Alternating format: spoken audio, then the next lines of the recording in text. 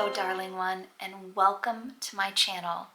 I am so glad that you are here today. So today is just going to be kind of a bunch of random stuff. I'm not doing any arts and crafts. This is going to be more of just like a, relaxed sort of chat today. So recently I received some very special mail and I wanted to share it with you all. And then also I thought we could maybe discuss just some of the things recently that are, inspiring me and kind of filling my cup. So if all of this sounds good to you, let's get started. Also, please excuse my terribly painted fingernails.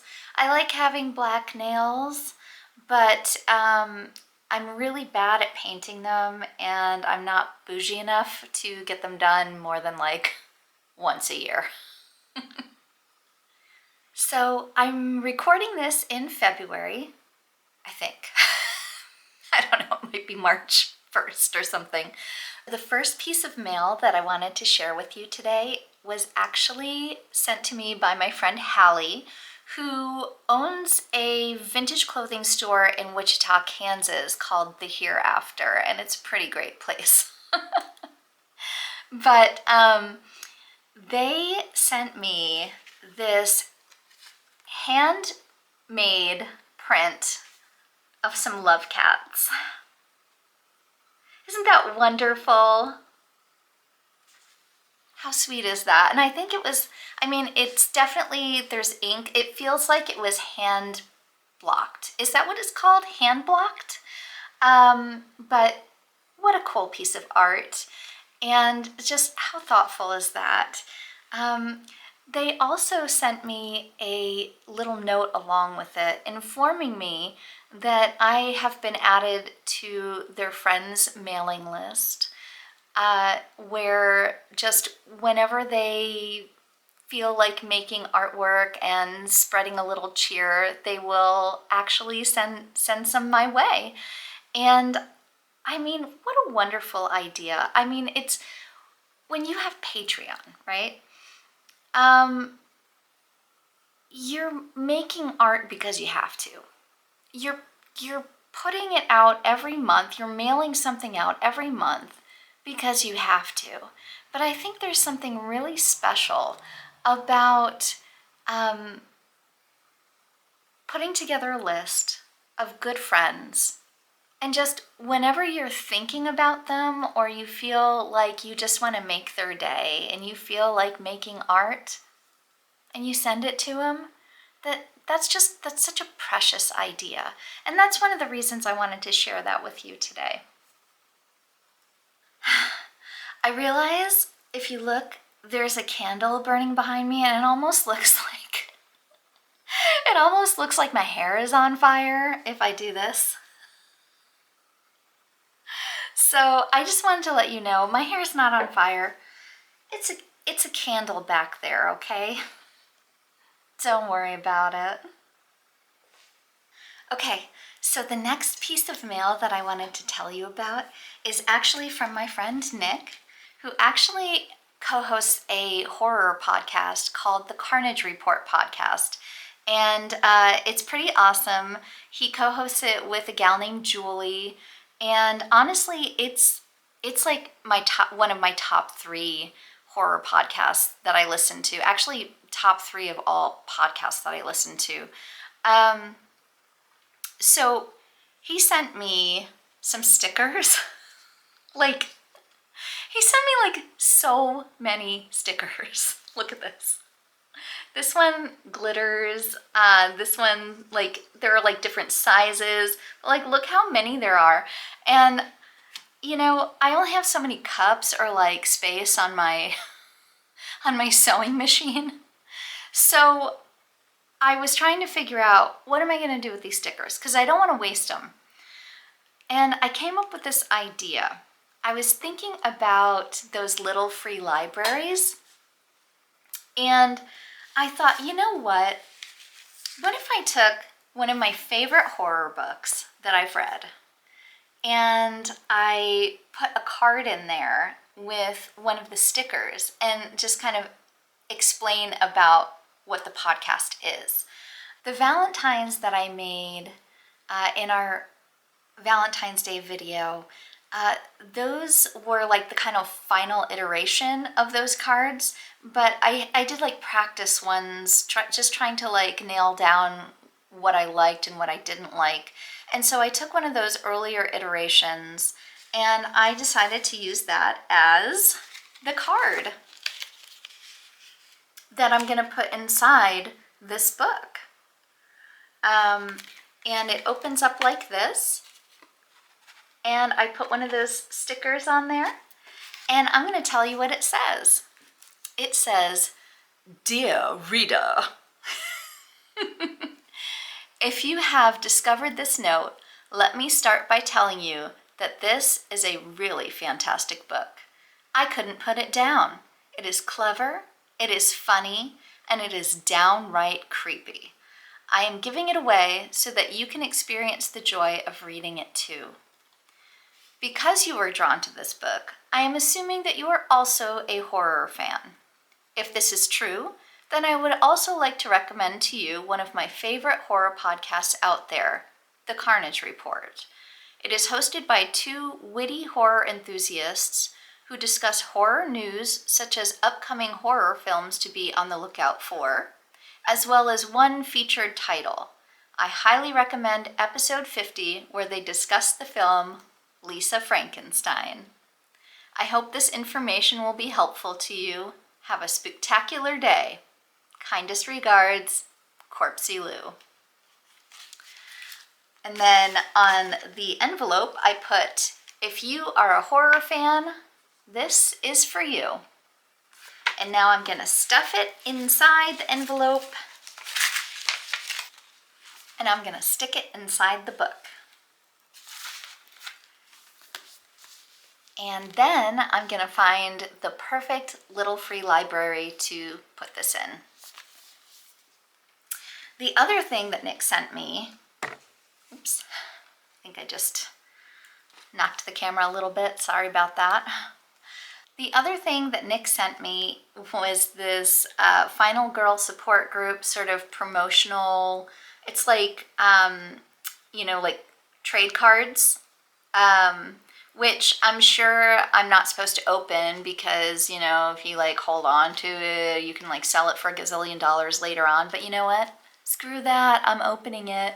And then the other thing is, coincidentally, this is for the Final Girl support group, also by Grady Hendrix.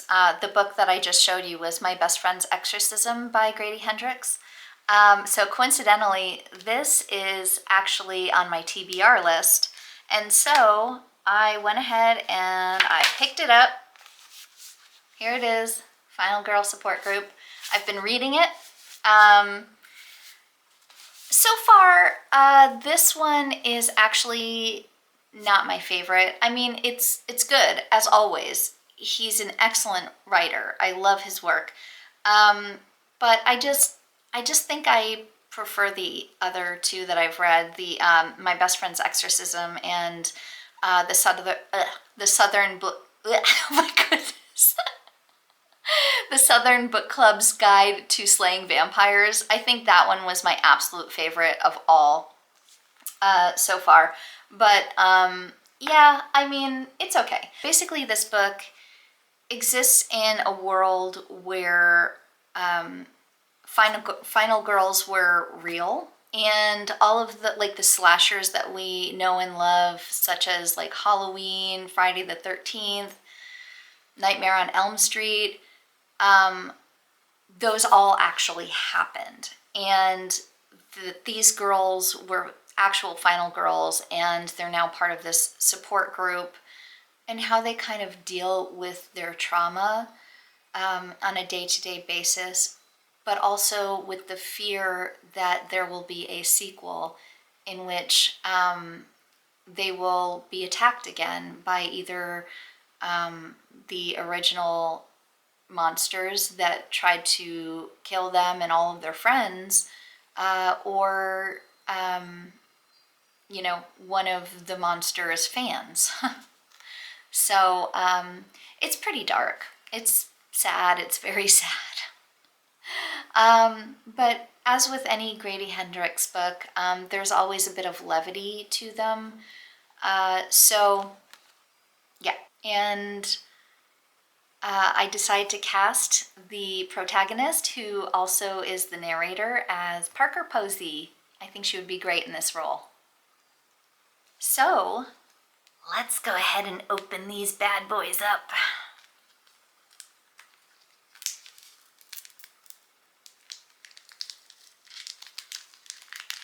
Nick, if you're watching this, I hope you're not cringing.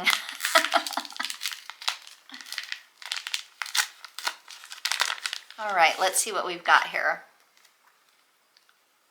We have sort of like pictures of the characters. We've got Adrienne Butler. She was the one that was like the Friday the 13th final girl. We've got Danny Shipman. And she was the Halloween slasher girl. We've got Dr. Carol Elliott. And she is the, obviously the doctor that hosts the final girl group.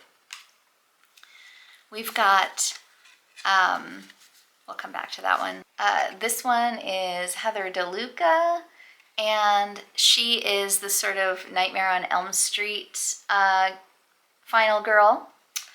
And then we've got Julia Campbell, and she's the gal who's the final gal from the Scream franchise, but in the book they call it the Stab franchise.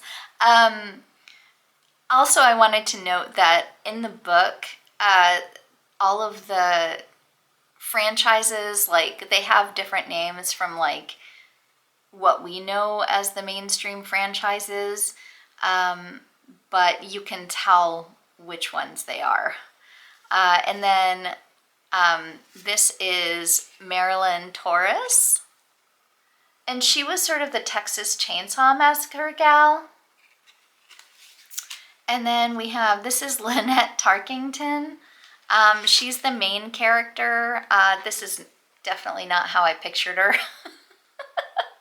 I definitely see Parker Posey. I don't know, maybe it's because Lost in Space, like, it just feels right.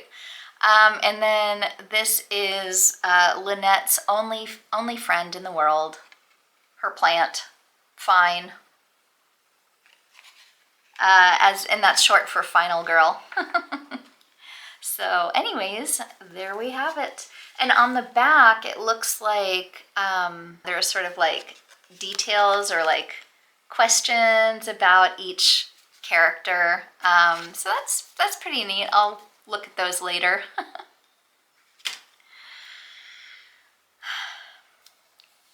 So the next piece of mail that I'm going to talk to you about today, I'm really excited about. This one was actually sent to me by the artist Junker Jane. And if you're interested in knowing more about her, I actually did my very first full-length video was about my collection of her artwork. She's an amazing doll artist. I just love her so much. But again, so if you go back and you look for my very first full-length video, you can check that out. But I will warn you, it is my first one, so please be kind. All right, first of all, she sent this beautiful card. Look at this. I'm trying to keep my fingers out of the way so you can really see it. I want to live in that picture. A haunted house by the seashore, and not only that, but it's a pink haunted house. And this card was made by an artist called Stephanie Birdsong, and it looks like she has an Etsy shop. Stephanie Birdsong. Oop! Just dropped I just dropped the contents. Anyways, this is called All at Sea. And along with the card, she sent me some stickers of her dolls, and I'm really excited because I'm gonna open these on camera and we can look at them together because I haven't seen them yet. I've been holding off to do that with you.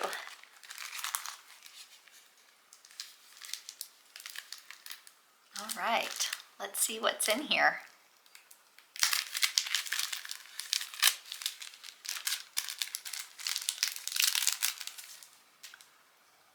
Okay. Oh, how wonderful. Okay, so here's the first one.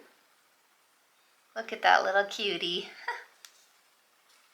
Kind of a Frankenstein looking creature. And then we've got this pretty little pink one. How sweet. And then we've got this one right here. And these are images of her actual dolls. I love that. Oh, here's a little black and white one.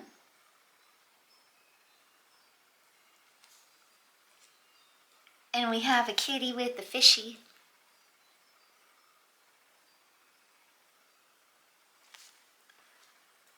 Ah, and this one right here.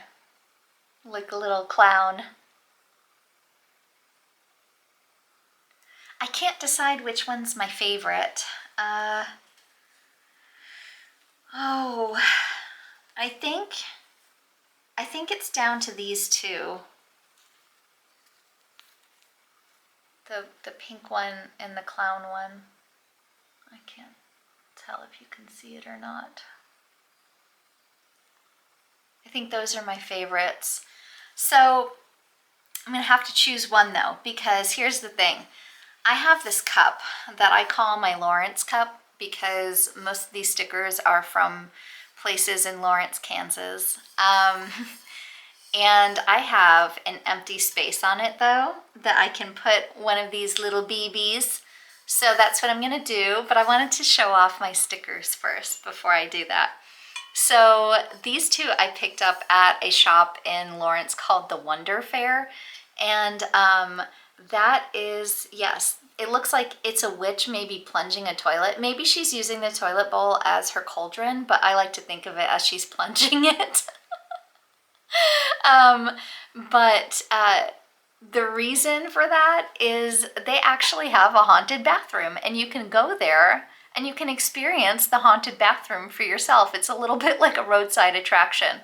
And it's really amusing because when they went to rent the space, they were told by the former owners that the bathroom is haunted. And so they just really kind of leaned into it. And that's the story behind the haunted bathroom at Wonder Fair. And so if you're ever traveling through Lawrence, I highly recommend it. It's super fun. And then I got this one as well, haunted. And ruh-roh, my battery just died. So I'm not sure where we left off. So I'll show you. I've got this sticker, which is a Toxic Tunes sticker. Love that. Classic pail, Halloween pail. And then this is from Love Garden Sounds in Lawrence. If you're ever in Lawrence and you love records or just music in general, definitely check out Love Garden Sounds. Definitely worth it.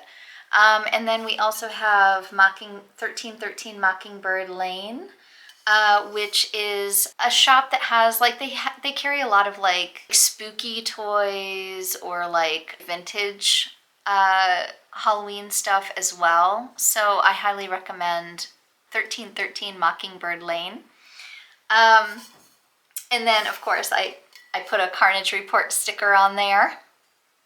Okay, so I think, let's see. Do we think pink? Or do we think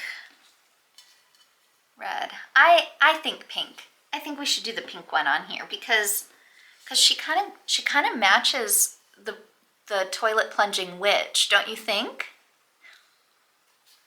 All right, so I'm gonna stick I'm gonna stick this one on there, little pink one. All right, she's on there. What a little sweetie. Ugh, she's so precious. Such fun mail. So, my battery keeps dying. Sorry about that. So if I'm at like a different angle, that's why. So the next mail that I wanted to talk to you about is actually not physical mail. It is an email that, an email correspondence that I had with another artist friend of mine. And this artist's name is Eric Millen. He goes by Grim Quiet, and he makes this sort of like nostalgic vintage Halloween artwork. His work sells really fast, so if you're able to get it, you're very lucky. I have a handful of pieces of his that maybe one day down the road I will do a video on.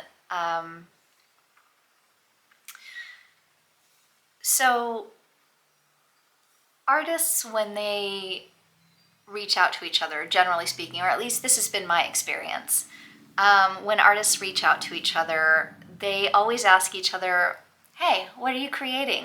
What are you working on? And so when he asked me this question, I struggled to answer it. I have not been motivated to make art.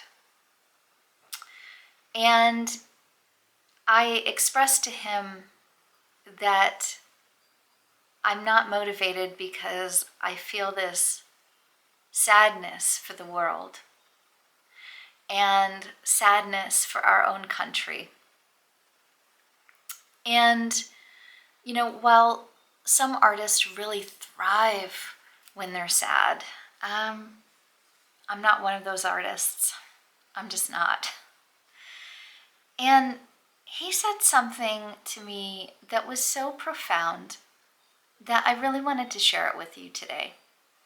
He said that lately he's been thinking of this quote by Stanley Kubrick that basically says, in times of darkness, we must make our own light. And then he went on to say that art and Halloween, that's our light. And he's right.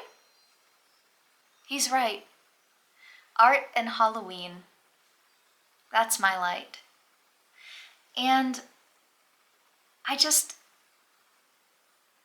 I've been thinking on it a lot lately. Ever since I got that email, it's just kind of been circulating in my mind. And I don't know, I thought maybe you needed to hear it too, out there. And Eric, if you're watching this, thank you for that. Thank you for saying that. Definitely something to think about. Okay, so I feel like that was a really great segue into things that inspire me lately. Okay, so I have like a little list of things that I wrote down to mention. So if I glance down, that's why. One of those things is actually the TV show Interview with a Vampire that was created through AMC. The acting is so good. I can't get over it. I finished season 2 last night and it blew my mind. I can't stop thinking about it. My husband keeps rolling his eyes because I can't stop talking about it. Like, I literally can't shut up about this show. The casting was perfect for this series in every single way. When I saw the first season, I thought, this is some of the best acting I have ever seen, ever. I honestly didn't think that they could do better than they did the first season. But then when I saw the second season, I could watch that over and over and over again. It is beautifully shot. There is a theater troupe, and I am not a theater kid. Like, I wasn't a theater kid. I tried out for theater, did not make the cut, which is a good thing because I'm a terrible actor. But anyways, there's this main actor in the theater, and his name is Santiago, and he is so frightening and like just such a weasel, but you can't help but love him because he plays it so well. He's got like these piercing eyes, and he actually, to me, I think he looks like Bela Lugosi. He does such an incredible job. They really all do. The guy who plays Vampire Armand, Claudia, Lestat, Louis, they're all so good. I highly recommend the show if you haven't seen it.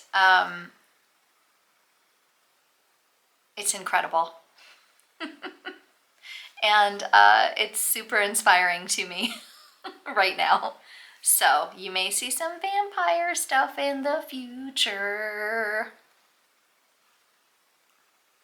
So the next thing that I wanted to tell you about that's super inspiring to me, and maybe you've already seen this or heard this because it's really been flying around all over the place on YouTube, I think. So Linda Perry of Four Non Blondes fame from back in the 90s wrote a song quite a few years ago that became super famous. It was made famous by Christina Aguilera. And I think it was just this past week, Linda Perry did a music video and her own version of the song that she had written all those years ago. And it is so good. I would say it's better. I like this version better. The song is beautiful. The video, I love it so much. I love the like the atmosphere. I love the message. And I also love the fact that when I watch this video, it looks and feels like a 90s video. It just takes me right back to when I was young. And I freaking love it so much. It looks like it's like Depression era is when the video takes place. The costuming, the message, all of it is really, really fantastic. And dare I say, beautiful. So if you haven't seen it yet, look it up on YouTube. It's Linda Perry, Beautiful, and it's so good. I hope you like it if you look at it, if you check it out.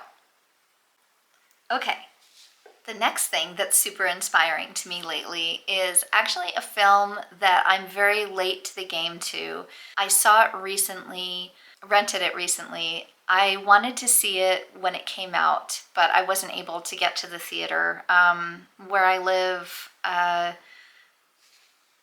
in the immediate vicinity, there really isn't a place where I could see it. So, but that film is the movie Sinners. And, oh, it was a powerful film. It was beautifully shot. I love a good vampire film. I do. And this film delivered. These vampires were scary. They were creepy, really creepy, actually. The music in this film was incredible. All throughout, it really felt, this film, it felt like a love letter to music. And it was so good. The message that this film has, it was so well done.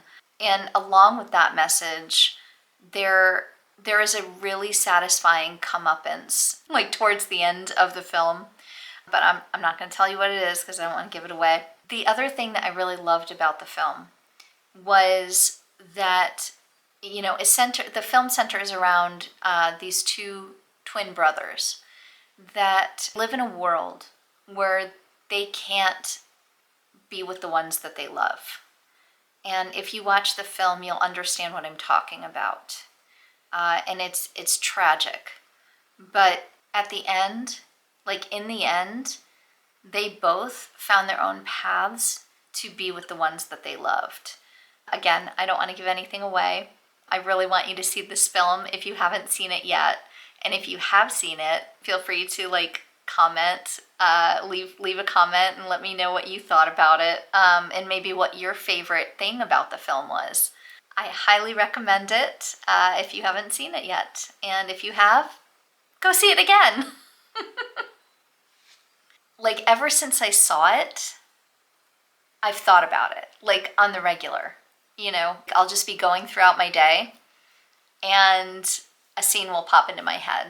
For me, that's like an earmark of a really great film. When that happens to me as an artist, it's, to me, that's inspiration. It's an inspiring film. Check it out. So another thing that's been super inspiring to me lately is actually a documentary that I saw on YouTube. It's relatively short as far as like documentaries go. It was about 45 minutes, I think. Let me give you the information. The channel name is Real Stories. Write this down. Real Stories. And the title of the documentary is Fabulous Fashionistas, The Art of Growing Old. And what a joy that was to watch. I forget how many women it centers around. It's like maybe five, maybe I'm forgetting somebody, but it's like 5 older women. I think they're all at least 73 years old and older. I think the youngest one is 73. It follows them around and they discuss their fashion. And these are women that, like, as they have aged, they just don't give a flying F about what anybody thinks. And they throw all the rules out the window and they wear whatever the F they want to. And I love that. I love that so much because I feel like a lot of the time, especially for women, as we get older, it's like you're expected to wear a certain thing or dress a certain way.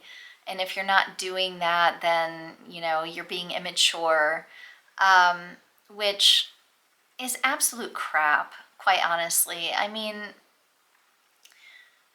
wear what makes you happy. Wear what brings you joy. You know, who cares what anybody else thinks? If you feel good in it, then why not? You know, I mean, wear it for you. Don't wear it for somebody else. So anyways, that's my 2 cents. But I highly recommend, if you're feeling a little down and you need a little pick-me-up and a little inspiration, I highly recommend this. Fabulous Fashionistas, The Art of Growing Old. And that's it. That's all I have for today. I hope you enjoyed this video. I always love catching up with you and sharing things with you that I discover along the way. And anyways, I hope you enjoyed, and I look forward to our next video. I have a few things up my sleeve for the next few videos, so I'm pretty excited about that. I hope you'll stay tuned. I think my next one is going to be a collection video, not my own art, but something that I've collected over time that I wanted to share with you, and I thought that could be kind of fun. So hopefully you'll stick around for that, and until next time, have a perfectly magical day, everyone. Bye for now.